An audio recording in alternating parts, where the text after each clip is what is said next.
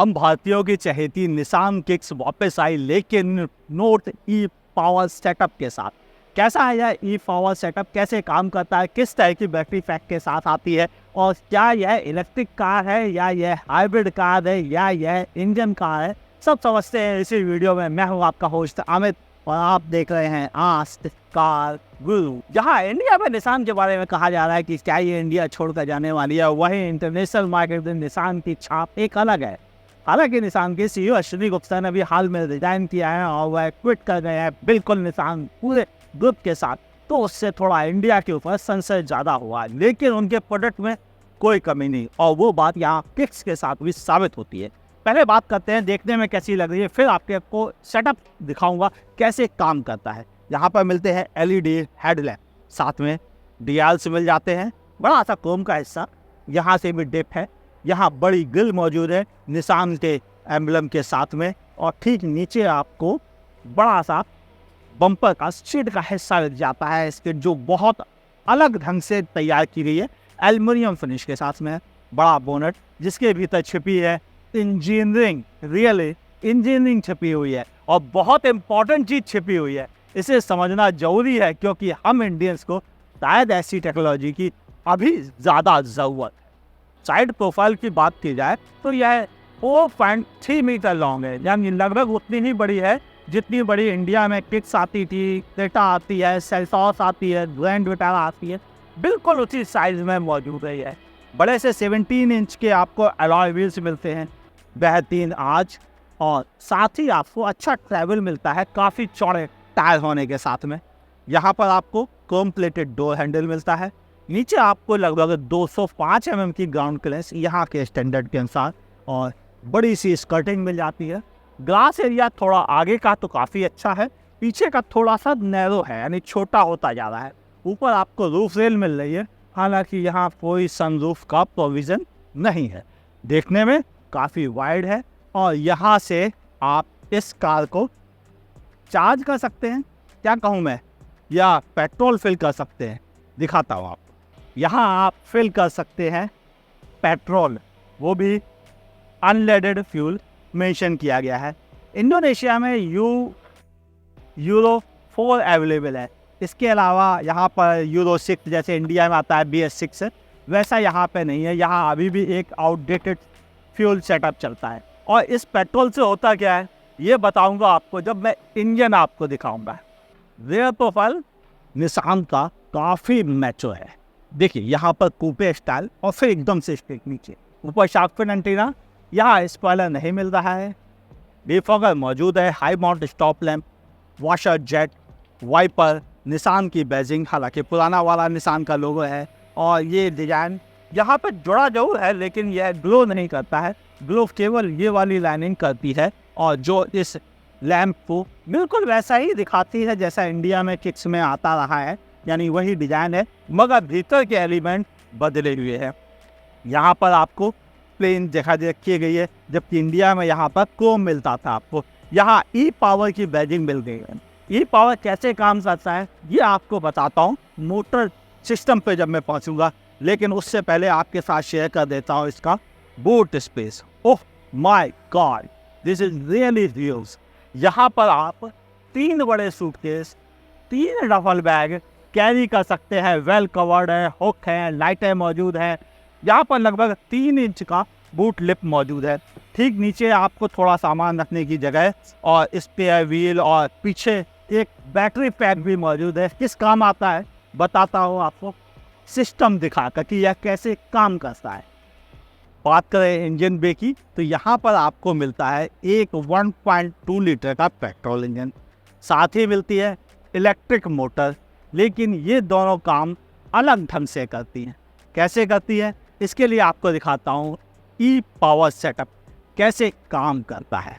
आइए चले।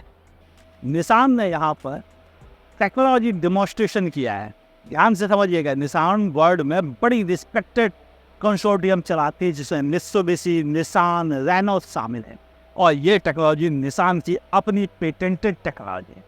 यानी इसमें होता क्या है, यहाँ पर एक इंजन मौजूद है जिसका काम है इलेक्ट्रिसिटी पैदा करना, यानी जनरेटर की तरह काम करता है।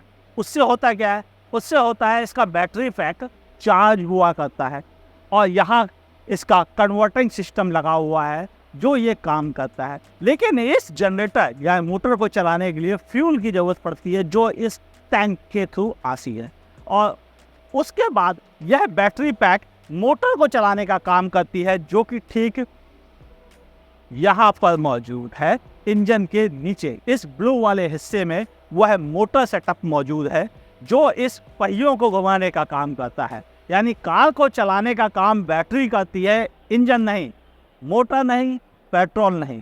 फिर पेट्रोल कर क्या रहा है? पेट्रोल इस बैटरी को चार्ज करने का काम करता है, और नतीजा आपको हमेशा इलेक्ट्रिक पावर मिलती है। और जब बैटरी डिस्चार्ज होने लगती है, यह जनरेटर सिस्टम, मोटर सिस्टम अपने आप ऑन होता है और फिर बैटरी को चार्ज करना शुरू कर देता है। इसके अलावा ब्रेक रीजनरेशन से भी ये बैटरी चार्ज हुआ करती है। नतीजा आपको इलेक्ट्रिक कार का मज़ा, एक्सेलरेशन और पावर मिलती है, लेकिन कंज्यूम करने के लिए वह फ्यूल से चलती है। तो इसे टेक्निकली इलेक्ट्रिक कार कहा जाना चाहिए, जिसमें जनरेटर इनबिल्ट बेचा जा रहा है आपको, और आपको कोई एडिशनल नॉन चार्जिंग सेटअप के साथ मिलता है। यानी चार्ज करने का भी कोई झंझट नहीं कहेंगे। मगर पेट्रोल फिर भी खर्च हो रहा है, और जब पेट्रोल खर्च हो रहा है तो धुआं भी आएगा ही आएगा। यही वजह है इस कार को ना तो इलेक्ट्रिक कहा जाता है, ना हाइब्रिड कहा जाता है, ना इंजन वाली कार कहा जाता है, और इसे कहा जाता है निसान ई पावर्ड। अरे भाई, चौंक तो जाओगे, यह किक्स उस किक से बिल्कुल अलग है। यहाँ पर आपको अच्छी क्वालिटी के प्लास्टिक का इस्तेमाल किया गया है, यहाँ पर सॉफ्ट मटेरियल है। इंडिया में भी ऐसा ही था कुछ। यहाँ पर आपको बड़ा सा लगभग 8 इंच का इंफोटेनमेंट सिस्टम दे रखा गया है। इस म्यूजिक सिस्टम में आपको camera, Android auto, Apple CarPlay और म्यूजिक सिस्टम, इसके अलावा नेविगेशन भी आपको मिल जाता है। नीचे आपको क्लाइमेट कंट्रोल दे रखा गया है, और इसके बटन थोड़ा अलग ढंग से डिजाइन किए गए हैं। यहाँ पर फिजिकल बटन का इस्तेमाल किया गया है। ठीक नीचे वायरलेस चार्जिंग मौजूद है। इलेक्ट्रॉनिक पार्किंग ब्रेक यहाँ पर दे रखा गया है ऑटो होल्ड फंक्शंस के साथ में। यहाँ पर आपको ड्राइव मोड सेलेक्ट करने का ऑप्शन दे रखा गया है, और यहाँ टिपिकल ईवी मोड भी दे रखा गया है। पुश स्टार्ट बटन यहाँ पर मौजूद है, और ये है आपका ड्राइव सेलेक्टर, जिसे हम गियर नॉब कह के बुलाते हैं। पार्किंग बटन ये दबा के कर सकते हैं।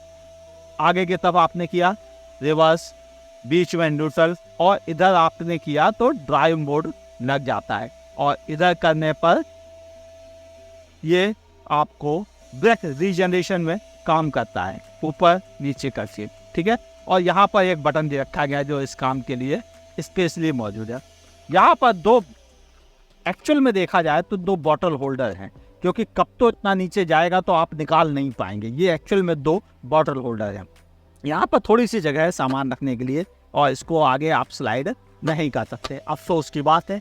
यहाँ पर आपको vanity mirror with light, get job निशान, क्या बात है। यहाँ भी सिमिलर पैकेज मौजूद है, यहाँ पर भी लाइटिंग मौजूद है, और जो लुक्स को और बेहतर बनाने में हेल्प करेगी। सडनली यहाँ पर कोई सनरूफ वगैरह नहीं मिलती है। लेदर रैप्ड स्टीयरिंग व्हील, जिस पर इस साइड आपको म्यूजिक सिस्टम के कंट्रोल्स, इस साइड आपको मिलते हैं क्रूज कंट्रोल और एडेप्टिव क्रूज कंट्रोल, यानी एडास लेवल 1 के फीचर्स भी हैं यहाँ पर, और टेलीफोनी के बटन यहाँ पर हैं, वॉइस कमांड के फीचर्स वाले बटन यहाँ पर हैं। इस साइड लाइट, इस साइड वाइपर के स्विच है। यहाँ पर छोटी सी लगभग 6 इंच की एक MID दी रखी गई है। सीट्स बहुत अच्छी है, अंडर थाई सपोर्ट बहुत शानदार, साइड में बोस्टिंग भी अच्छी है, इधर भी बोस्टिंग अच्छी है। मेरी जैसी बिल्ट वाले व्यक्ति के लिए हेडरेस्ट बिल्कुल सही जगह पोजीशन है, और अगर मैं इसको चलाना चाहूँ तो मेरे हिसाब से थोड़ा सा आगे करना चाहिए मुझे, इतनी ही है। और हाँ, एडजस्टेबल आपको स्टीयरिंग व्हील मिलता है, और टेलीस्कोपिक भी है। वो दो तो अच्छा खासा खुल जाता है, और नतीजा भीतर आना आसान है। सीट्स को मैंने अपनी ड्राइविंग पोजीशन पे रखा था, उस हिसाब से जगह बहुत अच्छी है। और नीचे आपको पैर के नीचे तो लेग रूम बहुत ही ज़्यादा शानदार है, और मुझे लगता नहीं कि मतलब इतना लेग रूम हम इंडियंस को समझ में आता है, क्योंकि देखो नी रूम है शानदार और लेग रूम भी बहुत अच्छा, और पैर टिकाने की भी अच्छी जगह है। यहाँ पर 2 USB पोर्ट मिलते हैं। सैडली कोई AC वेंट नहीं मिलता है, ना ही कोई आपको टाइप C मिलता है।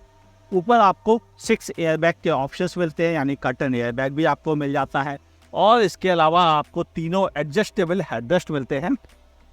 बीच में आपको 3 पॉइंट सीट बेल्ट भी यहाँ पर मौजूद है, यानी तीनों पैसेंजर की सेफ्टी का ध्यान रखा गया है। वैसे भी निसान सेफ कारें बनाने के लिए जाना जाता है।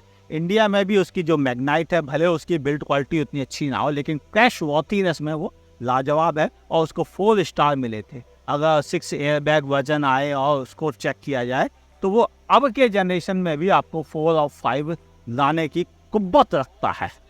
यानी सेफ्टी में ये भी किक्स बड़ी शानदार, सीटें बड़ी कंफर्टेबल है, अंडर थाई सपोर्ट को लेके कोई बड़ी शिकायत नहीं है, थोड़ा सा एक मामूली सा कम है। बाकी भाई जिस प्राइस की प्रोडक्ट है ये, उस हिसाब से बहुत अच्छा। चलिए अब बाकी बातें करते हैं कंक्लूजन में कि कैसे रहेगा ये अगर इंडियन मार्केट में रीलॉन्च की जाती है तो।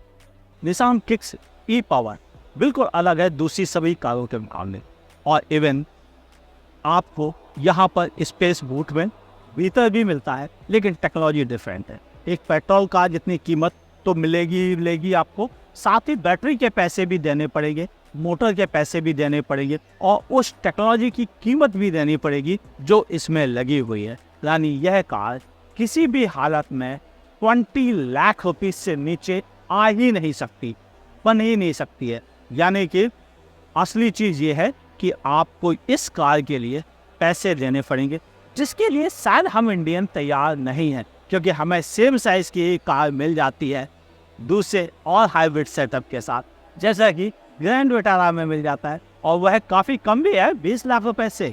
यानी बात बन जाती है, फिर ई पावर किक्स को क्यों कोई कंसीडर करेगा। लिखिएगा नीचे कमेंट सेक्शन में। वीडियो पसंद आया तो लाइक कीजिएगा, नहीं पसंद आया तो डिसलाइक कीजिएगा, और अगर आप हमें रेगुलर देखना चाहते हो तो हमारे चैनल को सब्सक्राइब कीजिए, बगल में दी हुई नोटिफिकेशन बेल दबाना ना भूलिएगा।